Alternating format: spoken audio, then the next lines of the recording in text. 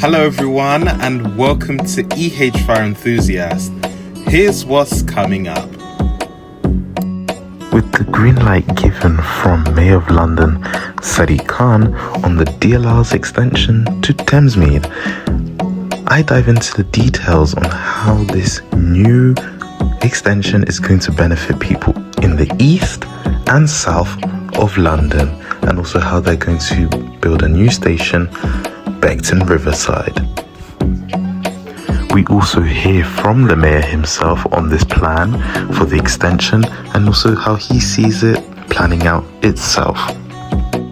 We also see why this project was selected ahead of many, such as the Bakerloo Line extension, and how this one's going to help many people entering inner city London as well.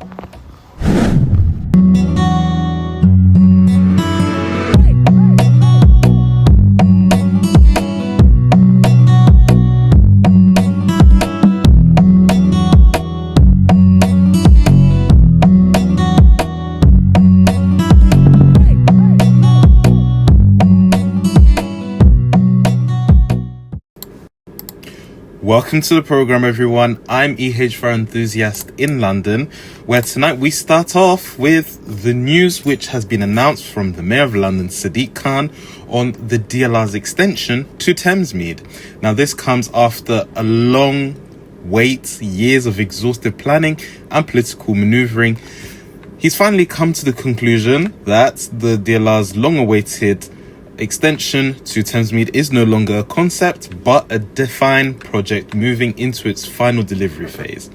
The mayor's confirmation acts as the green final strategic green light, setting the stage for one of the most ambitious engineering of reports, an effort into the capital's modern history, a project that seeks to bridge not just over a ridge but deep-seated history which divides London's connectivity. He did speak a few days ago, so let's listen into what he had to say. I'm delighted to share with the Assembly in London the news that the government will be supporting the delivery of the Docklands Light Railway extension to Thamesmead in the upcoming budget. This is a massive win for our city, one that I, along with London's businesses, communities and others, have lobbied incredibly hard for.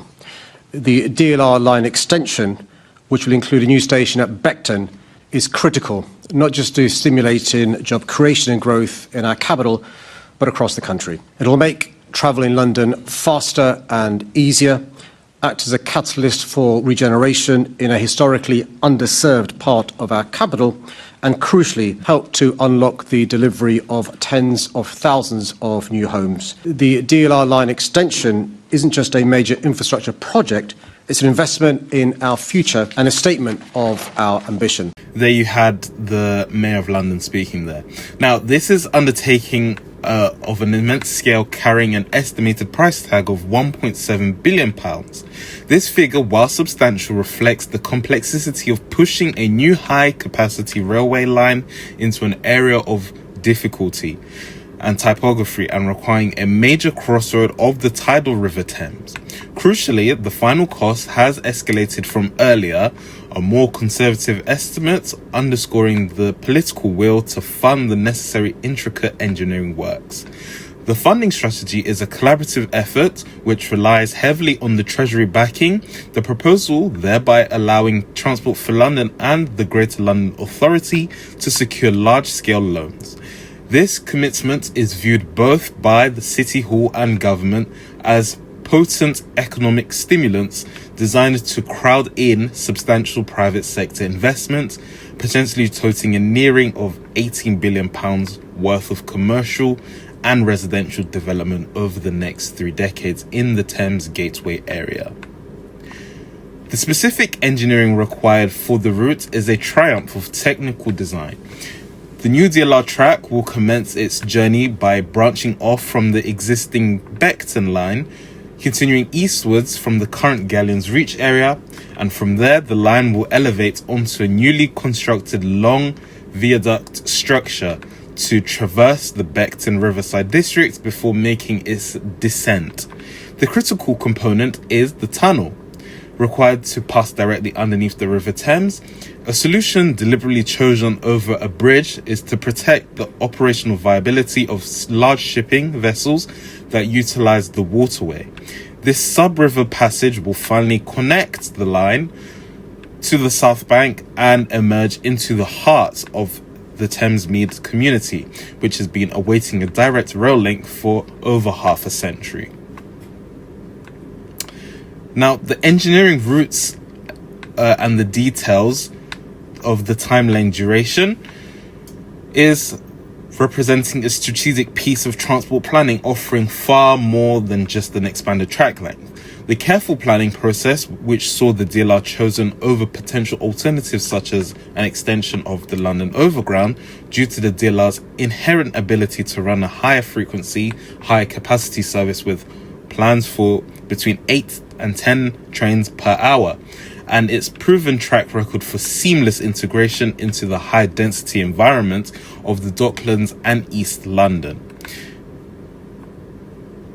The project's 2 new stations are integral to the larger urban redevelopment plan. The first station, situated on the North Bank at Beckton Riverside, will be a modern ground level facility designed to become the focal point of a major new town centre, offering essential connections to local bus networks and pedestrian walkways. The terminus station at Thamesmead will feature a elevated platform structure sitting atop a second viaduct. It is strategically placed on a footprint of the existing Cannon Retail Park, ensuring maximum visibility and direct access to Central Way, Thamesmead's main bus corridor. This terminus is not merely an endpoint, but it is being constructed with the necessary physical provisions to allowing for potential future extensions towards Belvedere, demonstrating a commitment to long-term growth and regional planning beyond the initial scope. Now, following years of detailed processes and proposals, consultations, feasibility studies, the project now shifts from planning to physical execution. With all major financial and political hurdles cleared, Transport for London is actively engaged in the process of securing specialist suppliers for the extensive civil engineering and tunnel work. Consequently, site preparation and full construction are officially scheduled to commence in 2027, a significant milestone in itself given the complexity of the Cross River works. Mayor Khan has set a confident yet challenging opening target of 2032.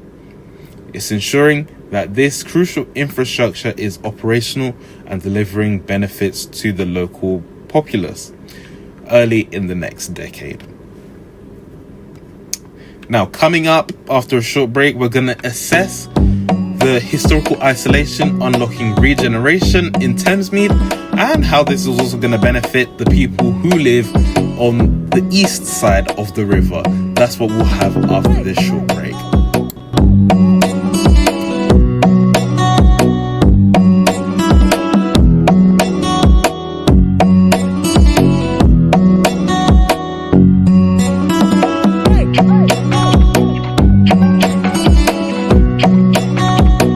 Welcome back.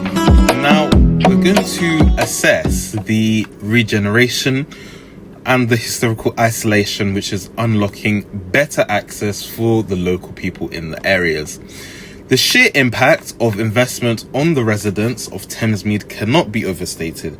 Since the area's conception as a pioneering social housing estate by the Greater London Council in the 1960s, it has been geographically and economically isolated.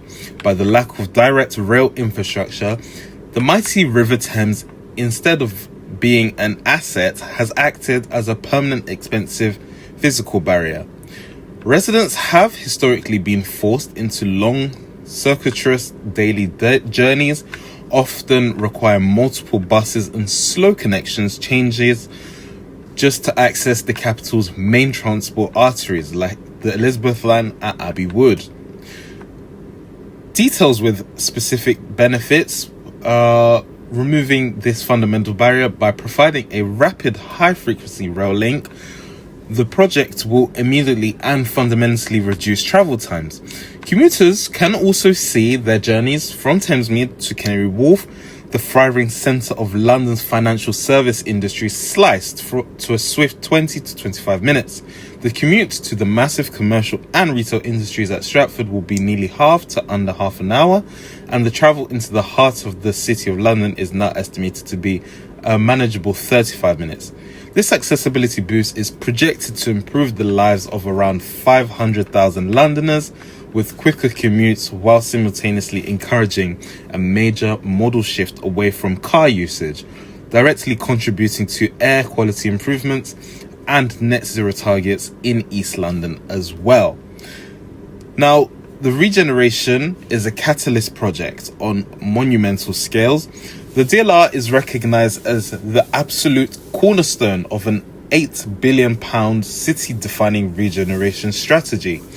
This, spearheaded by a major developers Peabody and Lend-Lease, the guaranteed connectivity is essential to unlock the development potential that will see between 25,000 and 30,000 new homes constructed across Thamesmead's waterfront and Beckton Riverside. The development sites, our contribution is a vital thing as London's addressing persistent and severe housing crisis, turning thousands of acres of brownfield land into new thriving communities. Indeed, the government itself recently identified Thamesmead as a site with potential to become a London new town, explicitly stating that the DLR's link was non-negotiable prerequisite for this level of transformative high-density development. Funding for this project was overwhelming, feeling as one of celebration as well. Financial commitments underpinning the £1.7 billion extension inevitably forced a critical examination of London's widened transport portfolio and the political chaos being made.